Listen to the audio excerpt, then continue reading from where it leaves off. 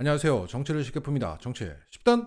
오늘 박용진 의원과 박지원이 정봉주 전 의원을 잘못 건드렸다가 망했다는 소식입니다. 오늘 오전 박용진 의원은 CBS 김현정의 뉴스쇼에 출연해서 자신의 지역구에 출마 선언하고 당으로부터 적격 판정을 받은 정봉주 전 의원을 저격하는 발언을 했습니다. 자, 정확한 워딩은 이겁니다. 저는 지금 좀 있다가 혹시 물어보실지 모르겠습니다만, 그러니까 물어보지도 않았는데 말을 꺼냈던 거예요. 이거 말하려고 나온 겁니다. 정봉주 전 의원의 미투 의혹, 그리고 강유현 특보의 성문제와 관련한 범죄 혐의, 그리고 현근택 부원장의 이번에 성희롱 사건, 이렇게 성비위 의혹의 3인방, 이 트로이카가 당의 공천 국면을 이끌어가는 것처럼 보이면 정말 큰일 납니다. 자, 말이 참 묘합니다. 사실관계와 상관없이 언론을 통해서 그렇게 비춰지면 큰일 난다는 겁니다. 자, 성비위 논란의 트로이카가 당을 이끌고 간다. 공천 국면을 엄청난 마이너스가 될 것이라는 점을 제가 분명히 말씀드리고요. 그러면서 2012년도에 김용민 PD의 출마로 다 이긴 선거 졌다는 얘기를 한참을 합니다. 이어서 박용진은 계속 정봉주 얘기를 꺼냈고, 진행자는 정봉주 전 의원 같은 경우에는 어쨌든 법원에서 판결이 무혐의가 났다며 법적인 문제 때문이 아니다 이렇게 얘기할 수 있을 것 같은데요 라고 반문하자 박용진은 이렇게 말합니다. 그런데 민사에서는 그렇게 나오지 않았고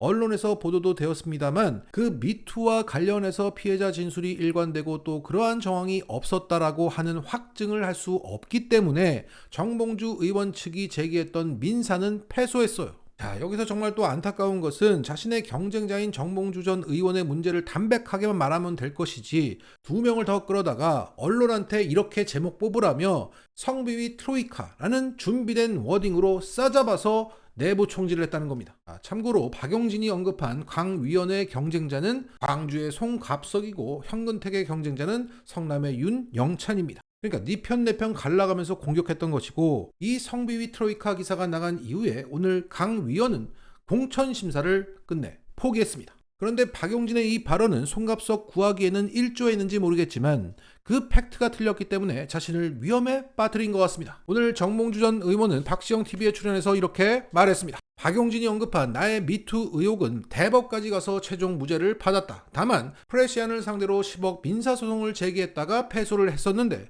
박용진은 민사에서 진 것을 가지고 형사에서 진 것처럼 말했다. 그리고 박지원도 오늘 나를 두고 이렇게 말했다. 성추행으로 큰 논란을 빚었던 정봉주 교육연수원장 적격 판정, 정봉주 연수원장에 대한 적격 판정을 재고해 주시길 바랍니다. 그러자 언론들이 기사를 많이 썼다. 그래서 교정을 해주기 위해서 박지원에게 내가 전화를 걸었는데 박지원이 전화는 안 받고 문자 달라고 하기에 정봉주입니다. 사실도 모르면서 글로 옮기면 어쩌자는 거죠? 전화 주세요 라고 보냈다. 이후 대여섯 차례 전화 시도를 했으나 끝내 통하지 못했다. 자, 과거 박용진은 방송에 나와서 내부 총질하는 박지원 옆에 서겠다고 했습니다.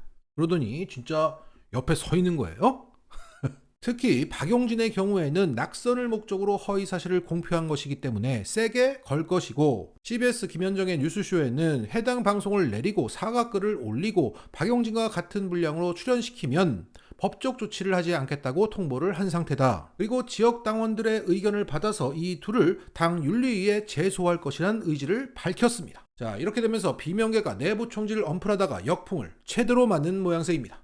이런 가운데 오늘 민주당은 이재명 대표를 향해 피해자가 대보니 느낀 게 있을 것이라고 발언한 김한규 의원에 대해서 엄중 경고 조치했습니다. 이후 관련 기사에는 김한규가 엄중 경고 조치에 그친 이유가 나왔습니다. 복수의 민주당 고위 관계자에 따르면 12일 비공개 최고위에서 김한규 의원의 징계에 관련된 논의가 이뤄졌다. 당시 정청래 최고위원 등이 앞장서서 김 의원에 대한 강한 징계를 요구했다고 한다. 친명계 지도부도 발언의 심각성을 언급하면서 동조에 나섰다. 이에 김한규 의원을 윤리심판원에 제소하는 방안에 대해서 논의가 이뤄졌으나 일부 최고위원들이 당내 갈등을 키울 수 있다는 우려를 표명해서 결론이 나지 않은 것으로 전해졌다. 이런 과정을 통해서 윤리심판원 제소 대신에 최고위 차원에서 엄중 경고 조치로 그쳤던 것이다. 자, 이게 누구인지는 우리는 너무나 잘 알고 있습니다. 그는 또다시 당보다 개파를 선택했습니다. 최근 뉴스타파는 검찰이 2022년 12월 도이치모터스 주가 조작 사건 1심 선고를 대비해서 재판부에 낸 의견서를 공개했습니다. 그 검찰의 문건은 한국거래소의 이상거래 심리분석을 의뢰한 결과였고, 거기에는 도이치모터스 주식 거래로 김건희가 13억 9천만 원, 장모 최은순이 9억 원의 수익을 올렸다는 내용이 있었습니다. 여기에 민주당은 그 뉴스타파 보도를 인용하면서 이런 입장을 밝혔습니다. 검찰이 김건희 모녀가 도이치모터스 주식 거래로 23억 수익을 냈다는 사실을 인정했다.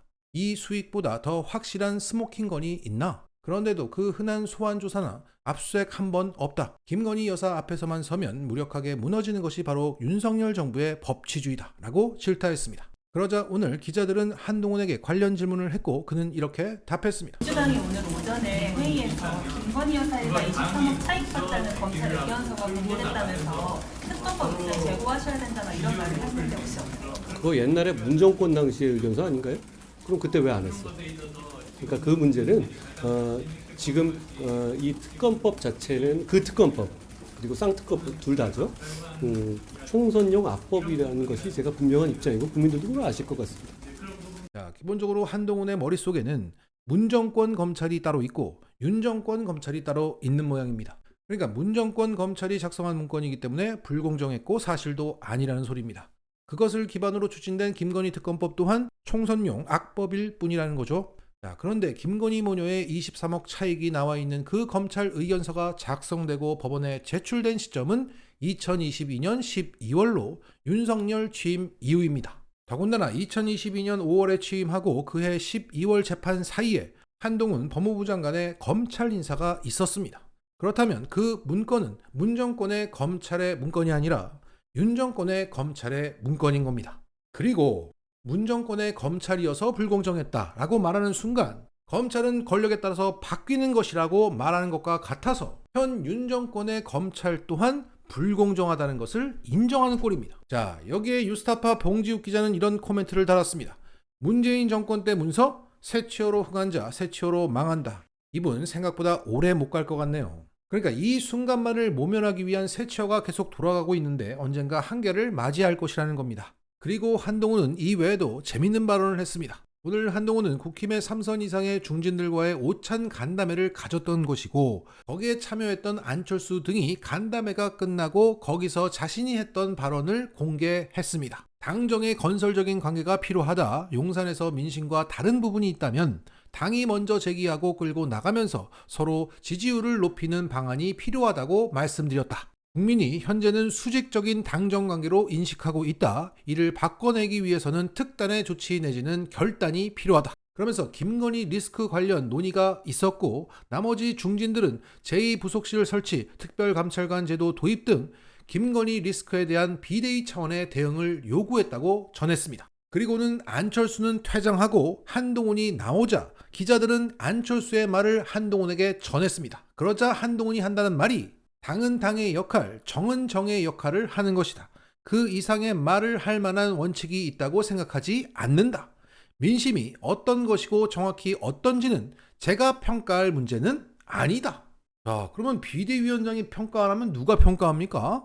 자, 그러니까 안철수 등의 국힘 중진들은 지금은 총선이니까 용산을 따르지 말고 민심을 따르자라고 요구했는데 여기에 한동훈은 김건희는 김건희고 나는 나다라고 말하면서도 민심이 어떤 것이고 정확히 어떤지는 내가 평가할 문제가 아니다. 용산이 평가할 것이다 라고 말한 겁니다. 앞으로도 국힘은 용산 출장소라는 얘기죠. 자, 말은 하긴 하는데 무슨 말인지 모르겠습니다. 근데 결국 그 말입니다. 오늘도 한동훈이 한동훈했다. 마치겠습니다.